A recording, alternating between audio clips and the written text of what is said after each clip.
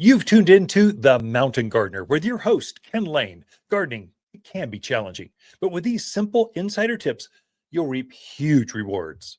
Now, let's tune into today's Mountain Gardener with Ken and Lisa. And welcome to this week's edition of The Mountain Gardener. Your host, Ken Lain, here every week talking about the landscapes of northern Arizona. And we are into the monsoon season. So I don't know if you've seen rain yet. I had a couple sprinkles. Had one good storm last month. Nothing this month so far, but I know neighbors that have. So when they're saying the mountains of Arizona are going to see rain and there's a 34% chance, what they're really saying is 34% of us will see rain. The rest will see none. And so I've been one of those none folks. I mean, right across, you can see the storm hitting the hill right across the street, but not me. So it's kind of one of those things. I'm ready. My plants are ready. You can tell the humidity is up because the leaves are kind of a little perkier. Things seem to be brighter. There's a little shade. The plants are responding. Even without the rain, the plants are responding because the heat, that intense heat, no humidity, bright sun at elevation wears on them. That's the month of June. And now we're into the summer rainy season. And so the plants will grow more for you now. That's why I keep telling folks, I'm like on a soapbox for the next few weeks. Fertilize everything in the yard, from the lawn to the perennial beds, to the trees, the shrubs, to your natives. They have been stressed out. They need to take advantage of this growing cycle. So those maples and sycamores and purple leaf plums and the fruit trees, they can all start to elongate. And so I fertilized everything in my yard last week, thinking it was going to rain. So rain's what's going to activate it. And so it will come. So get it on there. And then the granular fertilizer will go through the rock, go through the fabric. It'll go through the soils, and the plants will pick it up as they need it. Use organic food. So mainly talking about 744 all-purpose plant food. So when I put together years ago, and it really, really works. So and one fertilizer on everything. What about my roses? Don't they need something special? One thing. What about my fruit trees? One lawn food. One thing. Just get a good, balanced fertilizer. At one point, I was selling, I don't know, like 10 different varieties. I had a pansy food and a geranium food it was nuts. Here's the secret. They're doing that just so you'll buy more fertilizer. So more varieties of fertilizer. It's not that complicated. Get a good, balanced, organic food that releases slowly every time it waters or irrigates, and your plants will thrive. The only insider tip I can give you on fertilizer is stay away from, for the love of gardening, please, stay away from synthetic fertilizers. It's not good for you. It's not good for your soil. It's not good for your well. And it's really not good for your worms, things that are good in the soil. Yes, the plants respond, but all the good stuff in the soil, it repels them. So you're doing yourself instantaneous, like crack cocaine for trees and shrubs and things that grow. But the soil, it's like toxins. And so using organic food, you can get the same benefit for your trees, and you won't affect, you'll actually increase the good things there's symbiotic things that happen with worms and mycorrhizals and roots and plants that go together. And you want to increase that, not decrease it. Okay, enough about that. Enough of my soapbox. You've heard this before. So fertilize. If you haven't done it yet, you're probably not going to, but you should. I have found snails. They're causing holes. They're putting holes in things. If you've got leaves that are not perfect, they've got holes in them, and you don't see a bug, probably almost guaranteed it's going to be a snail or a slug. And they're out right now. They come out at night. You don't see them because they're hiding underneath things or bird bait during the day, but at night they come out and they start eating holes in things. And then they run back underneath all the shrubs and the rocks and in the nooks and crannies, things that are moist and cool. That's where they hang out. So if you see that, I've seen a lot of them. I was scratching my head. Tomatillos. I was seeing holes. I'm going, what the heck is going on? And I start poking around, lifting some rocks up, and there are snails everywhere. It's super easy to treat these organically. So I want to teach two things to you: how to deal with ants, snails, and slugs organically by the end of this segment. And the word you want to use is spinosad. It's a new organic product, new organic additive. They lace it so when you can put your hand in it, no problems. You could probably, no, I won't say put it on your cereal. Don't do that. Don't put it in a dog bowl. Don't use some common sense, but they pelletize it and they sprinkle it around the yard, and snails, slugs are attracted to it. Earwigs, things like that. They're attracted to spinosad. So the product is called Come and Get It Spinosad Plus for outdoor use. I actually say outdoor and around residential areas. So spinosad, great stuff. You can just, here it is. And here's pelletized. It's in a container. It comes in a pound size. You sprinkle around where you see the activity. They will come out, and in 2 or 3 days, you'll just see carcasses around. So this is really good stuff for snail. And it's not going to hurt your birds. It's not going to pollute your gardens. It's completely organic. Spinosad is a magical new organic that we're trying to sell or carry more of just because we've seen such great results. I've been using spinosad soap. They have a liquid form of this stuff for my foliage plants. So I had caterpillars eating on my petunias, and they took out all the flowers. All I had was this beautiful green plant. Spritzed it with spinosad soap, and caterpillars gone. Fertilized it with a little flower power, and a week later, literally, they're the most glorious petunias I've seen. They are spectacular.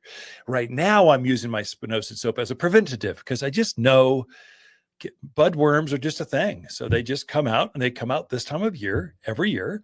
I'm looking very carefully at my tomatoes because I know tomato worms are coming. Those great big gigantic green worms. I know they're coming. In fact, I just spritzed my tomatoes just as a preventative because I know they're going to come. And so spinosad soap is great for caterpillars. Spinosad Come and Get It is they put it in a form that snail and slugs go after. So those are easy solutions. Just catch them. They get into my yarrow. So I just sprinkle some in my yarrow. They get in my ivies. I just sprinkle some in my ivies because I know they're in there somewhere. And I want you to have one last fabulous meal on me before you go off and crawl and die. And all I see are shells left. Snails and slugs are terrible. Don't let them eat holes in your stuff. Spend all this time and money, energy, nursing, caring for these plants, and then they start to get holes in them. That's unacceptable. Come and Get It fire an ant killer. So they put a spinosad in a red ant killer. So if you got red ants, those great big mounds, this is a completely organic. We do not need to use these heavy toxins anymore. The organics work just as well, and they're far safer. For your dogs are going to run over it, get it on their paws, lick their paws, and die. Stuff is way safer. And again, it comes in it's kind of a powder form, granular form. So you sprinkle it around this anthill. That the big red ones that bite you. You don't want those around where your kids are playing or where you're walking or the dogs are at. So they just wreak havoc. Out there, fine. Close to the house, by the patio, no. We're going to get rid of red ants. And so Come and Get It. I sprinkle this around the hill. They pick it up and they carry it deep underground and feed it directly to the queen. Once you get rid of the queen ant, they're kind of like bees. This Lain, all these ants, you get rid of her and all the hill will die within a few days. And then they start feeding each other. They're just having one last great meal. But spinosad is such a great organic that's out anymore. So we've got 3 or 4, I forget how many products. We're trying to carry more. Every time they put spinosad in a product, we carry it because it is great stuff. So Fertilum is a good resource. They're good at this organic chemistry or delivery systems where snails, slugs, fire ants pick it up and take it off. I'm out of time. I've got tiny black ants coming into the kitchen now. Let me cover that maybe at the bottom of the hour. But for now, we got to take a break. We got Lisa Watersling coming in with your garden questions. We got to give her some time. We'll be right back right after this. Wondering why the grass is always greener on the other side? Well, it's probably because your neighbor used the all-purpose fertilizer from Waters Garden Center. Monsoon is right around the corner, and it's the perfect time to feed your plants. Waters all-purpose fertilizer is the only organic made especially for Arizona mountain soils. Don't buy a bunch of different fertilizer for your flowers, veggies, trees, or grass. This one does it all. The plants on your side will be happier, healthier, well, greener. Safe, natural, organic. Waters Garden Center in Prescott. And we are back with Lisa Waters Lain in the studio. She comes each week with your garden questions. Just what are neighbors? What are your fellow gardeners talking about out in their gardens? And we try to share some of that knowledge. So welcome to the studio, Lisa. Thank you. Got a nice glow about you. Lake glow. Lake glow, yes. Yeah, it's very beautiful up at the lake. The water is warm, as you can imagine. 82 degrees, 84. It depends on where you're at. 80s, low 80s. Lake Powell. You definitely want to spend time in the water. Yep. That's why you're at the lake. Why would you go to the lake and not spend time in the water, especially when it's bath water? It's beautiful. Oh my gosh. So very, very nice. Yeah. So time away. Mm-hmm. Cell service is terrible up there. Page, Arizona does not have infrastructure. There is no fiber optic to anywhere in there. It's just kind of like, they don't even have cell towers that look like pine trees, those cheesy ones that go out there. I don't even know where they have towers. So, but data's terrible. I've also been out in the middle of the lake and gotten a phone call. So, it's getting there where it comes through. So. Garden questions. What are people talking about in their gardens? All right. Well, the first one is from Diane. They live in the Clarkdale area. And they're looking for a nice, fast-growing shade tree. And they're looking at the frontier elm or the ornamental plum. Wonder which one would be better. And do you have any other suggestions? Yeah, that's a great choice. So, so one she mentioned was a good shade tree. The other one is not. And so elm trees there's a wild elm that grows here, a Siberian or Chinese elm. They go by both names, same tree. Weedy, trashy, disease-ridden, bug-ridden, but the new hybrid varieties that are cousins of that, so the Frontier, Alley, Princeton elms, these don't get the bugs, they don't get the disease, and they grow really fast. So around the downtown Prescott Courthouse, those are all elm trees. A lot of those are elm trees.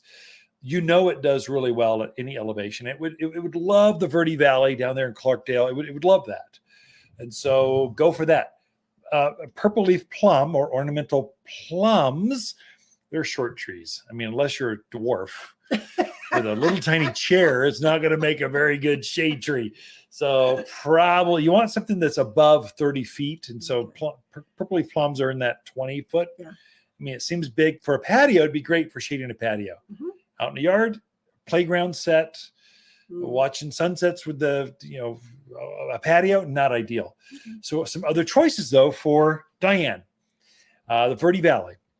Locusts are going to do really well. They take our heat, they take that wind funnels through that river area, just kind of gets ferocious sometimes. And so it would adapt really well to that. There's honey locusts or golden locusts.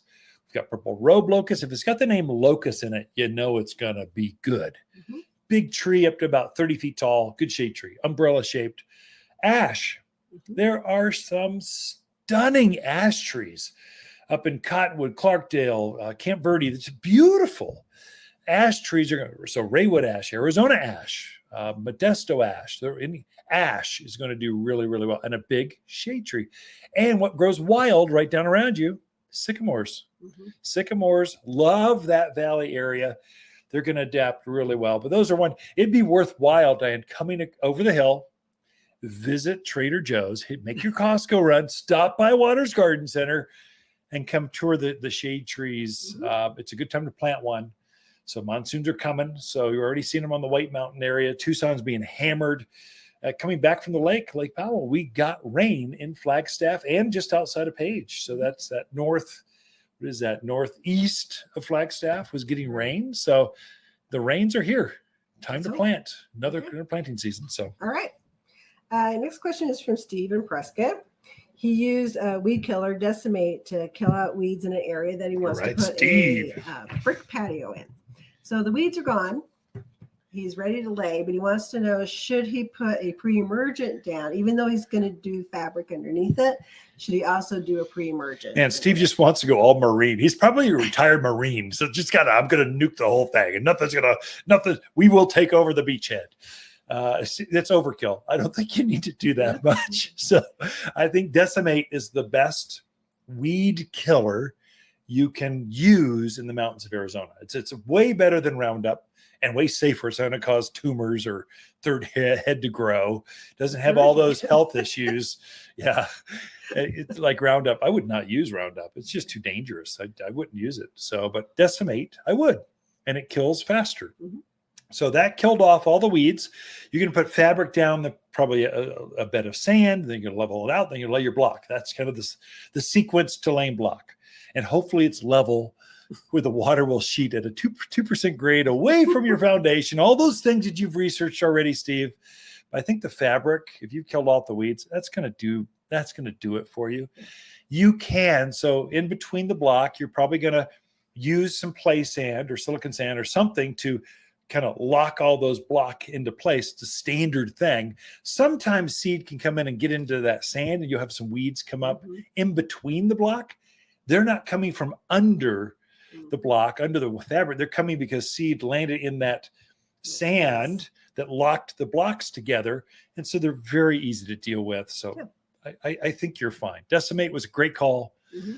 Don't need the weed and grass stopper. Use that out near the fence line, down the driveway, out between the rose beds. Because when the rains come, you're going to get tumbleweeds are going to be huge. So just use it there. Don't need it under your patio. Okay. Last question is from Amanda.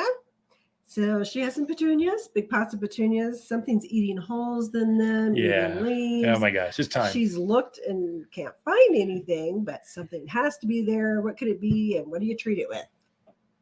So budworm, it's a little tiny caterpillar. It's cute as can be. Maybe not even an inch long.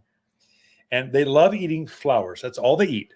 Their diet is flowers. A little tiny moth lays her eggs on your petunias, geraniums. What else they get onto? Just on your flowers. Yeah. They like flowers. Yeah. And so they hatch and they start putting holes. Then eventually the entire flower is gone. And then you're going, it's just not, there's no flowers. All the buds are gone. What is going on? Budworm. Budworms like to eat the flower buds, but they'll also eat the entire flower. But they're super easy to kill. So and you won't see them because when they eat let's say a purple petunia, they turn purple.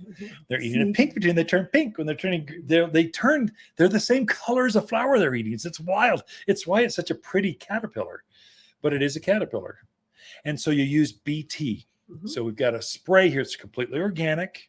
Your new puppy dog could go in and eat that flower right afterwards and be perfectly safe, or the birds can nest in that petunia and they're going to be safe because it's organic. But if you're a caterpillar, if you start to digest that, you stop eating immediately. And usually that caterpillar will die, not from the spray, but just from starvation. They just get sick to their stomach and they stop eating and they just drop, they vaporize. It's very gratifying as a gardener. If you want to take out caterpillars, that's a good way to do it. BT, it's a liquid. You spray the flowers, the foliage. Doesn't matter if you hit the caterpillar, just spray the flowers.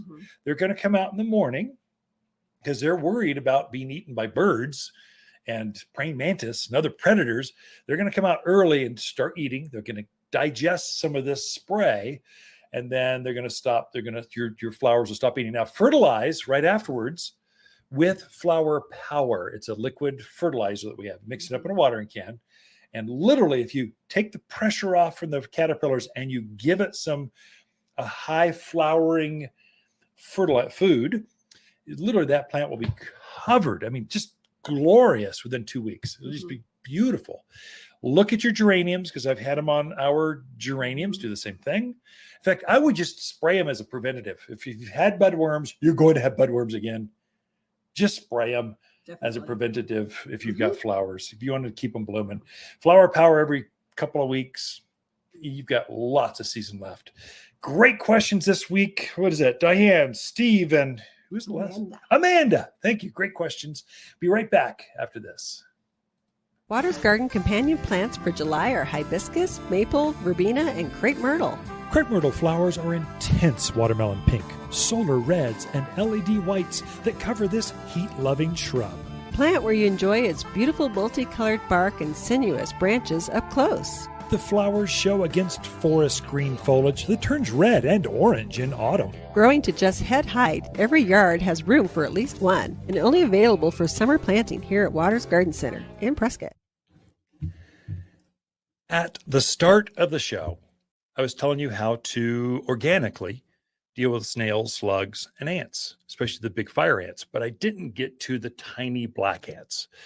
Normally, I don't dedicate this much of the show to death and decay and the boring technical stuff, other than fertilize. You need to do that more often, but I try to mention some plants too, but we're into that rainy season where the ants are roaming around. I need to cover that. But before I start that, I wanted to show you this product. You folks in the video podcast, you'll appreciate this more than folks on the audio piece or the radio show.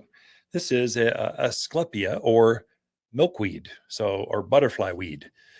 They're coming in right now. And the beautiful thing about summer deliveries, the plants have flushed such new growth. They're bigger than normal. They're in full glorious bloom.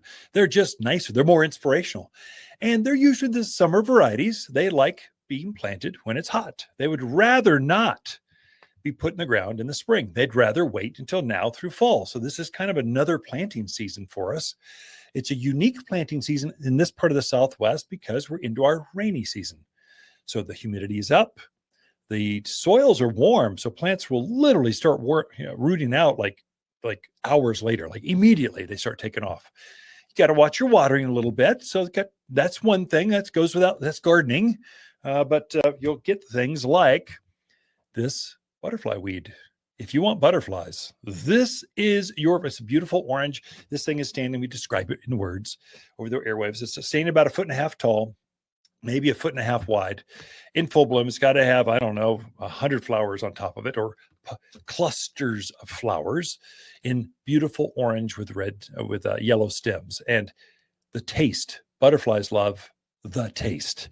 So it's truly a pollinator plant, and you can put in the ground or in a container. I like to bring the butterflies towards me. So I like planting them in containers and bringing them up close to where I entertain, where I like to watch a sunset or sip my tea in the morning or whatever. So plant it where you want to attract wildlife, and you'll be better off. And then I had one others, and then we'll go into ants. This is a new allium. Oh my gosh. Ornamental onions. So alliums are like onions on steroids. They're big, beefy. They look sort of like a yucca, but more clustered more like a grass. It's actually like a cross between a grass and a yucca.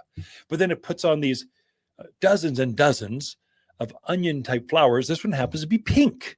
So the variety of this, what's the variety in this? This is Millennium Ornamental Onions, or allium for you gardeners. That's the botanical name. It's a beautiful green plant, grassy looking, with these flowers that will stay on there for a long time. I don't know if this is a pollinator. It would not surprise me one bit. What I do like about my ornamental onions, or onions in general, or garlics, is the animals don't bother them. So you got pack rats and javelina and deer. They don't like the taste of onions. And so they smell kind of oniony, but they got this beautiful flower to them. So it's just an easy to care for. And onions have this big fibrous root to it. So it makes them super, super drought hardy. Now on to ants. Ants, tiny black ants coming into the kitchen, tiny black ants coming into your bedroom, tiny black ants coming out of the water, they're such a nuisance. And they're hard to find the nest. I mean, big red ants, you can find great big mound out there in the middle of the yard. That's pretty easy to spot. The tiny black ones are really, really hard. And so they're living underneath the rocks, underneath the riprap, underneath the pavers, they're living underneath things.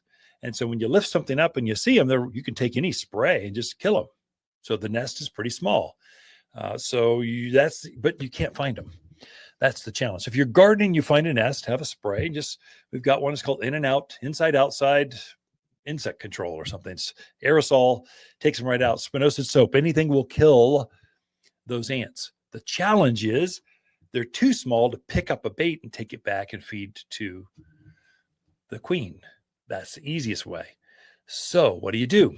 I put this on my products. This is my yards because I've got black ants. I've got riprap.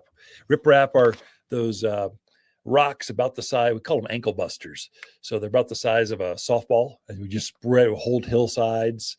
So that ankle buster size rock, they love living underneath those. So I take Turf Ranger. This is it's granular. You kind of hear it. Granular, and then they don't really pick it up. What happens is water activates it. It goes into the soil and permeates down through underneath all those rocks, and it takes out the nest that way. And then when they crawl across it, they take it back to the nest that way. So it's very highly effective. Turf Ranger is highly effective for ants, grasshoppers, crickets, earwigs, things that live over, around the gardens. It's highly effective. Out in the field, you've got grasshoppers coming at you, Turf Builder or Turf Ranger. So Turf Ranger is your go-to product. Put it on right before a rainstorm, and your problems will be gone in the morning. So Turf Ranger is available at the gardens. And I think a bag of this covers, 10,000 square feet. So it covers that. One bag covers the entire yard. But that's how you deal with tiny ants. Just put them out where you think they might be living underneath things. Pray for rain or water it in, and they will be gone like that. All right. So we got Lisa Lain coming in with with her segment right after this. Waters Garden companion plants for July are hibiscus, purple verbena, crepe myrtle, and sensation maples. Sensation maples grow fast. The spring leaves erupt with soft reds. They quickly mature to a refreshing green for summer-long shade. Autumn, it unleashes a brilliant display of red leaves. Where this maple really shines is in the areas with challenging garden soils. The picture-perfect tree to line driveways or shade a patio. You'll only find Sensation maples here at Waters Garden Center in Prescott. All right, so Ken and Lisa Lain, you look like you've been outside working in the yard pretty good. So it's kind of sweltering. It's a little toasty. Yeah, it's the humidity. I can take the heat. That humidity just. You know what the average humidity of Prescott, Arizona is, or this Central Highlands is? No. For the month of July? I was just looking up the historical record. 39% humidity. You know what the humidity was in Columbus, Ohio last week? 94% humidity. It's twice as much. This is why I live in Arizona. Yeah, I know. But guess what the most humid month is in the area? The most humid month is July, August, and it's 44%. So it goes up about Really? 5% next month. Yeah, so it's going to get worse. It gets. Yeah, Is what you're telling me? there's like a couple points where it's still not. You poor folks from the South, refugees from the South and Midwest, where it's like 100. Texas is like, why would you live like in a swamp heat? What is that? Come to God's country. It's so much nicer here. Yes, it's hot, but it's not. But it's tolerable. It's not. Have we had 100-degree day yet? Not at we all. Haven't. 90s, low 90s, Yeah. which is normal for us. We generally don't see hundreds. Right. It'll pop up there real quick, and then it's right back down. But the lows are always in the 60s. Always. You can sleep with the windows open, enjoy listening to the frogs singing at you and the turtles croaking. No, maybe not. We do have frogs in our backyard periodically. Yes, we do. The Arizona tree frog, they'll kind of sing to us. It drives the neighbors crazy, but they're beautiful. Oh, I really like it. It's one of the serenade things I you. enjoy. But yeah, the neighbor goes, it gives me a headache. I know.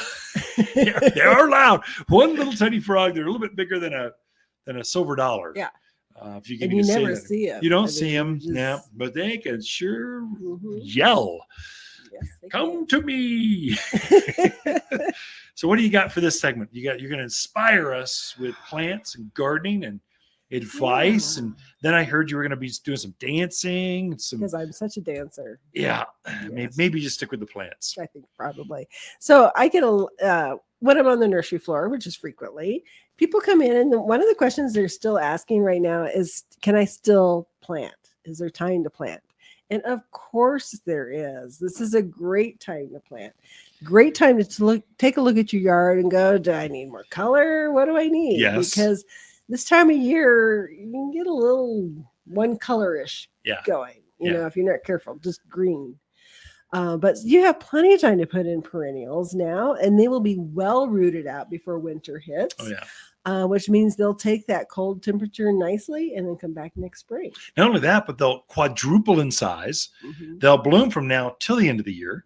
There's a lot of positives. So it's way easier to plant now than, let's say, March and April, when brand new foliage is out. The temperature swings are so extreme. There's going to be more snow. There's going to be another frost. It just wreaks havoc on the plants. Now, if you make sure you water them and like a deep soak to the soil, boy, they just really, you can actually encourage, you can have the roots chase the water down deep into the soil because it's so warm. So great time to plant.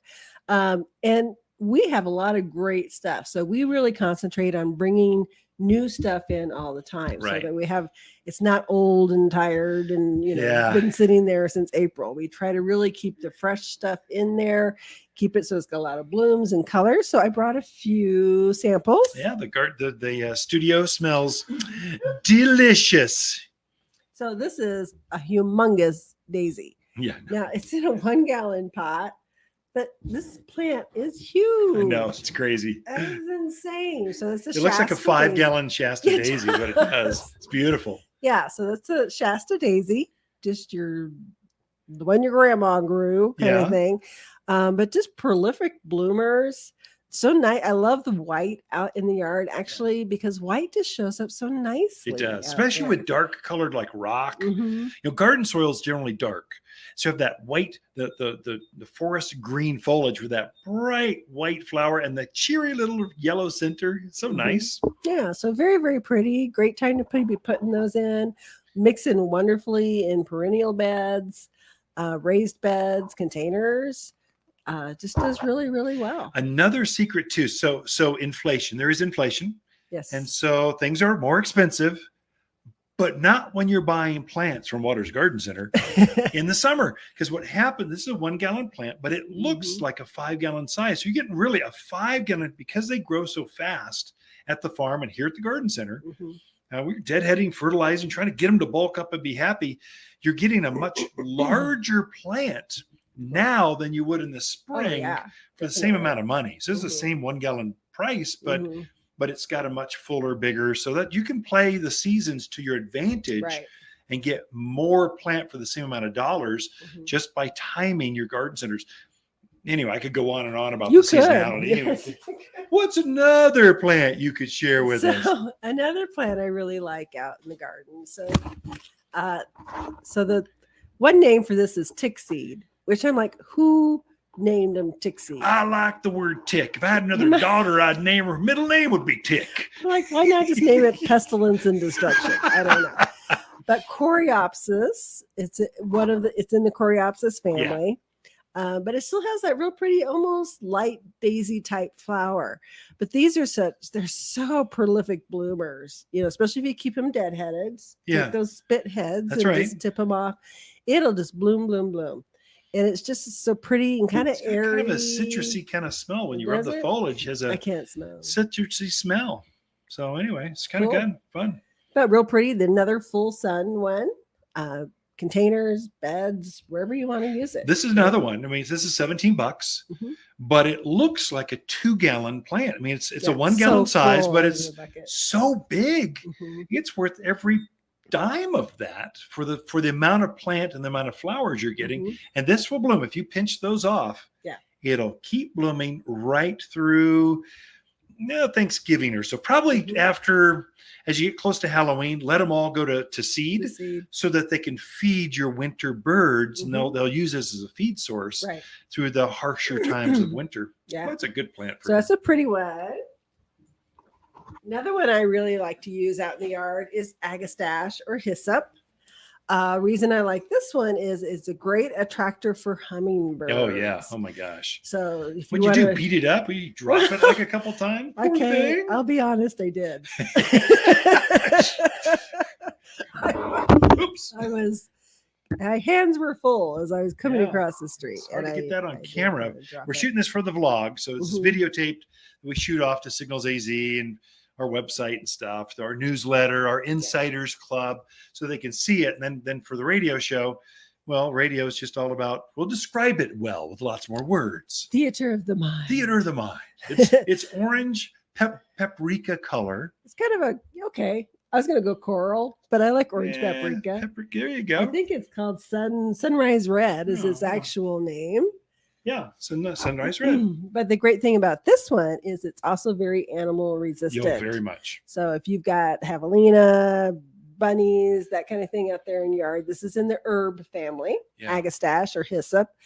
So it's very resistant to animals coming Yeah. in and eating on it. I like this one better. So I've started putting more of these in. We have a lot of Russian sage. Mhm. We got the dwarf varieties. We've got new varieties out that stay shorter. They're not as weedy. So many Russian sages, you get them from the box stores, and you're getting a weedy Russian sage. It just spreads across the yard. It's too aggressive. Yeah. So we're introducing new, like lacy blue. If it's got an adjective in the name, it's probably a newer variety that's less weedy. Right. But this is even cleaner and neater and longer lived. Mhm. And so this does not, it just keeps its shape perfectly vase shaped. Ours is about maybe about knee high or so out in the yard. It needs at least 6 hours of sun. And Mhm. you're right, the hummingbirds, they love this plant. Mhm. They can't resist it. And the bunnies, the javelina, the deer, the rabbits, any more antelope, Yeah. they don't bother this because it's got that herbally, when you rub the foliage, it's got that real herbally, It almost smells herbally like it's a scent. licorice. yeah, it kind of does have a scent to licorice it. smell. Yeah. No, it's a licorice mint chocolate chip. No, Okay. I have no idea. Anyway, agastache. It's a great Agastache, one. yeah. Or what's the other name? Hyssop. Hyssop. Right. Great choices for summer planting. Let me put the plant down so I can get to the board to wrap this thing up. Ken and Lisa Lain and the Mountain Gardeners. Be right back. Got more right after this. Waters Garden companion plants for July are hibiscus, maple, crepe myrtle, and purple verbena. Purple verbena is mountain famous for gorgeous summer-long flowers held over compact green foliage. This purple bloomer loves bright gardens, summer heat, and grows best in poor soils with less water. Go ahead and abuse this bloomer. You can't kill it. The perfect native perennial for easy summer long flowers. You'll only find the toughest verbena here at Waters Garden Center, 1815 Iron Springs Road in Prescott. As promised throughout the week, I was going to cover in this show the living walls for beautiful privacy screens. And there's several. And just what do you do if you've got a neighbor across the way? You don't want to see your winds coming at you like crazy. You need to cut the wind, or dust, or the headlights are coming down the street, getting right at you, coming into the living room.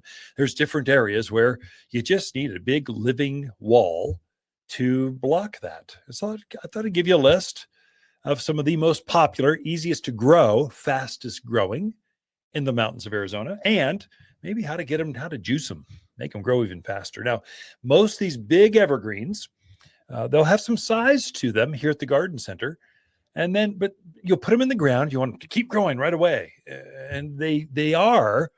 But what happens with evergreens is they need to root first before they start taking off with top new growth. And so you're putting them in the ground now to encourage root growth. And then next spring, they're going to take off with new growth. I mean, Arizona cypress, probably one of the number one sellers. Arizona cypress, it is what it says. It's a native Arizona. They grow wild around the region here. They are great plants that naturalize very easily. Well, you put them in the ground, nothing happens. And then the next spring you go, whoa, where did this tree just come from? Whoosh, it just takes off. It gets 12 feet wide by 20 feet tall. Perfectly shaped, silver blue color. They're great plants for here. If you just want something drought hardy, it doesn't get bugs, animals don't eat it. It's just easy to grow. Arizona cypress, 20 by 12 foot wide. It's going to be thick.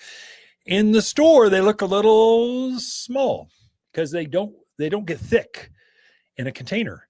They need to be in the ground before they put those great big swooping branches out there. So you got to get them in the ground now for some privacy. You're setting the growth. You'll get some growth, but it's discouraging how little it is compared to the next year. Woo, it's just like, where'd this 2 feet of growth come from? All over the place. So it's a great plant for here. Very fast growing and very thick, very easy. Takes sun.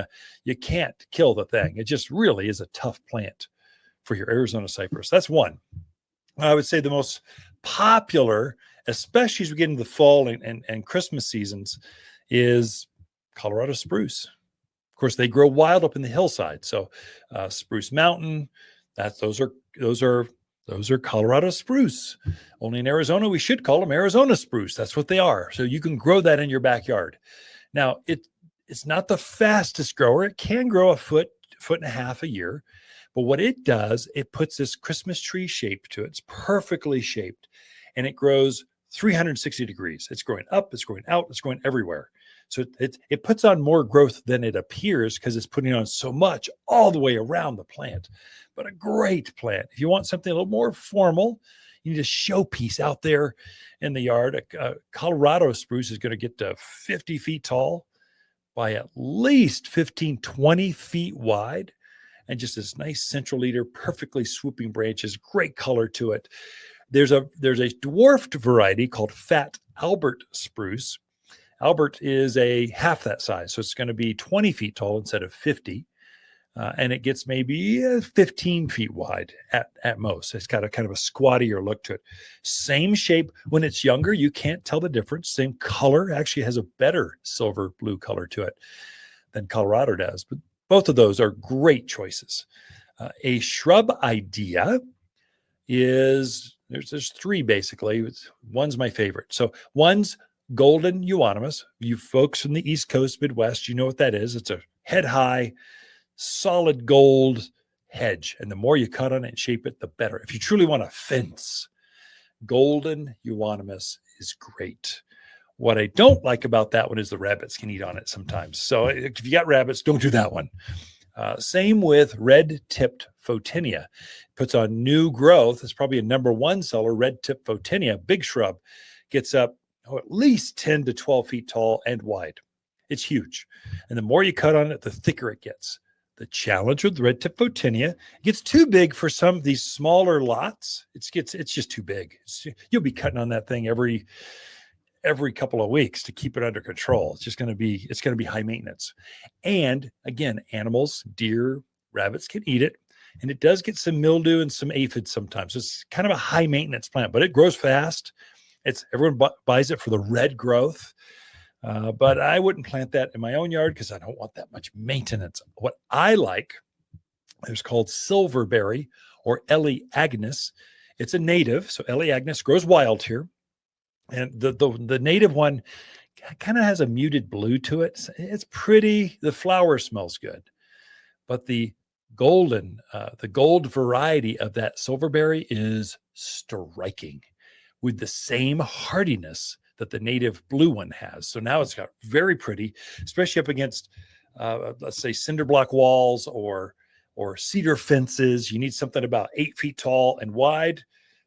Ellie agnes or silverberry is the way to go. And once it gets up to size, never water it again. Don't care for it. You don't have to fertilize it. It is a true native plant. Gets up to size. It likes to be cut on. It'll get thick as you shape it, as you trim it, as you hedge it. So it's a great native plant. So silverberry, look for that one. That's the one I would go for shrub form. Of course, the native that goes with that, pinyon pines. People don't think of that as a screening plant, but boy, it's consistent, it's methodical, and the new varieties, a single needle pinyon pine, there's a thicker, chubbier needle. It doesn't get the scale nearly as easily as the native one. So there's actually more robust varieties of pinyon pines, and so they don't grow that fast. But once they get rooted out, you can count on about a foot and a half a year, just kind of methodical. Every year going to grow all the way around. And so most pinyon pines will have multi-trunks. So, but you can train them to be a single trunk, like a Colorado spruce. But they look their best when you let them just kind of get this wild native form, especially if you're planting it with manzanitas, silverberries. your native silk tassel bushes, these native-y kind of plants. Let it go wild. Let it do its thing. It'll hang out with the Arizonans and just kind of blend right in and make you look more rustic. It's a great plant. Pinyon pines, great screening plant. The fastest growing of all of them for screening, no question, deodar cedar. So deodar cedar is a monster, though. I mean, it grows fast because it's a massive plant. And so this thing's going to grow 3 feet a year. It's going to get up to 60, 70, 100 feet tall and 25 feet wide. You'll be limbing this thing back, just trying to keep it from taking over the yard. So most yards, that deodar cedar, it's far too big for most yards. But if you got a big property, you're out Williamson Valley, the ranch areas, you've got a half acre or more,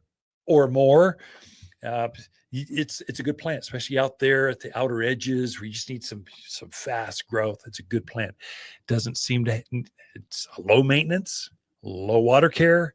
It's a good plant. So deodar cedars. I don't have one in my yard because my yard's not big enough. I don't want something that gigantic. I want more plant varieties than just one big tree out there in the back. The Bible in the Old Testament, they called the deodar cedar the tree of Lebanon. The same wood they built the tabernacle out of, that's deodar cedar. So if you want a holier tree out there, maybe that's your one. It is a pretty tree. It's got pretty bark. The one I do plant because I just think they are so easy to care for are junipers. And they get a bad rap because everyone thinks, oh, I have got allergies. Oh my gosh. Well, we don't sell varieties here at the garden center that have allergy problems. We don't sell the ones that have the pollens. We're only selling the female varieties of junipers. And yes, we can tell the difference. This one's a male, that one's a female. The males are the ones that cause all that pollen, and they are the ones that cause all the allergies. So just plant the right one. And so we never start our junipers by seed because now you get 50-50. We're always starting by cuttings so that we know we've got the perfect female form, every plant perfectly shaped. And there's some tall varieties that get up, 15 to 20 feet, nice 10-foot width, easy to care for. Nothing eats them. They're drought hardy. They grow wild here. So they're going to adapt really well. So if you need low care, I like junipers. I think they get a bum rap because people don't know how to plant. They cast aspersions on males and females both, when there are some that are better than others. So just plant the right varieties. Those are all the fast growing living screens you can put in your yard right now. Get them going. Be right back. Wondering why the grass is always greener on the other side? Well, it's probably because your neighbor used the all-purpose fertilizer from Waters Garden Center. Monsoon is right around the corner, and it's the perfect time to feed your plants. Waters all-purpose fertilizer is the only organic made especially for Arizona mountain soils. Don't buy a bunch of different fertilizer for your flowers, veggies, trees, or grass. This one does it all. The plants on your side will be happier, healthier, greener. Safe, natural, organic. Waters Garden Center in Prescott. So some of your plants are very stressed. They are not liking the weather change. They don't like the winter we had. They don't like the spring we had. They don't like. So they're unhappy and they're telling you about it. Now, some of them, if they're just truly unhappy, you have permission to power up the chainsaw and thin them out. So some plants are just so ugly, they get so stressed, they cannot recover. They'll never look good in your lifetime, much less their lifetime. And so I think it's okay to dig some plants out. I've replaced a couple. I had a globe spruce. It wasn't happy and it got burnt. I didn't water it right. I should have been checking the drip irrigation better. I didn't. It got brown tips. I knew it'd be a year or more before it recovered. I said, I'm not waiting. I own a garden center. I live in America, the greatest country that's ever existed. I can afford another plant right there. I'm going to have it right now. I'm not waiting for that thing to recover. And so I dug it up, popped right out. I just replaced 6. I had them lining the street. Autumn sage or Salvia gregii. These beautiful knee-high shrubs are in full color, full bright red. They've been glorious for 10 years, and now all of a sudden they're struggling. And I'm going, okay, that is it. You're not going to struggle on my watch. I dug them all out and replaced them. like for 6 plants. They were $20 each, and it took me a half a morning. So okay, it took me some time, a little bit of money, but it looks glorious now, and I'm set for another 10 years. What had happened is they'd gotten down to bedrock, and they couldn't grow anymore. And so the old ones so I tried to dig bigger, deeper, wider holes. I gave them extra compost. I actually used mulch and potting soil to help them. So the difference is mulch is like coffee grounds. They're decomposed wood products, basically. Potting soil is actually some of that, a little bit of that, but a lot of peat moss and perlite and some mild organic fertilizers. It's blended. It's a recipe it's the best of all the ingredients. That's potting soil. Mulch or premium mulch is just screened down organic composted wood products, bark or sawdust. We have a sawmill over in White Mountains area. We harvest an old sawmill tailings. And that's it's locally sourced for local plants in the ground. It's there to loosen up the soil. So that's the difference between the two. I just took one of each, and I'm going to make sure you guys are happy for the next 20 years. I went overkill to make sure they were happy. My neighbor's going, don't you have people for that? I'm going, yeah, but I like getting my hands dirty, and I like gardening. It's healthy for me. It keeps me limber, keeps the weight off. I like gardening. It's a good exercise program, and it's beautiful. It's gratifying. You look back and go, look what I've done. Every hummingbird that comes to the yard, now I get to take credit going, I planted those hey guys, I'm here for you. And so I say, don't wait. Stressed out plants though, fertilize them. But here's the insider tip: humic, Humic, humic acid. It's a granular product. You can sprinkle that on the ground, and it will help plants form additional roots. It feeds the soil, so the plants want to root into the ground better. Stressed out trees need more roots. So just give them humic right away. I mean, like this weekend, when you get done listening to the show, head over to the garden center, get a bag of humic, spread it out. It will pray for rain. It'll go through the rock, go through the fabrics, it'll go through the roots, and it will feed the soil so the plants want to heal themselves by rooting more. It's important. That's how you heal sick plants. And adjust your watering. You pray for rain. There's some things you do the rain dance thing, do the gardener thing that we all do. But humic really does turn plants around. I brought things back from the dead with humic. And so you can do the same thing for stressed out plants. Throughout the week, Lisa and I camp out here at Waters Garden Center, and we love talking to fans of the show. Waters Garden companion plants for July are hibiscus, maple, crepe myrtle, and purple verbena. Purple verbena is mountain famous for gorgeous summer-long flowers held over compact green foliage. This purple bloomer loves bright gardens, summer heat, and grows best in poor soils with less water. Go ahead and abuse this bloomer. You can't kill it. The perfect native perennial for easy summer long flowers. You'll only find the toughest verbena here at Waters Garden Center, 1815 Iron Springs Road in Prescott. For a more fruitful garden, increased success in the landscape that just feels better, then tune in daily to the Mountain Gardener podcast. Subscribe through your favorite podcast streamer or visit watersgardencenter.com. Better yet, visit me directly right here at Waters Garden Center. Thanks for tuning in.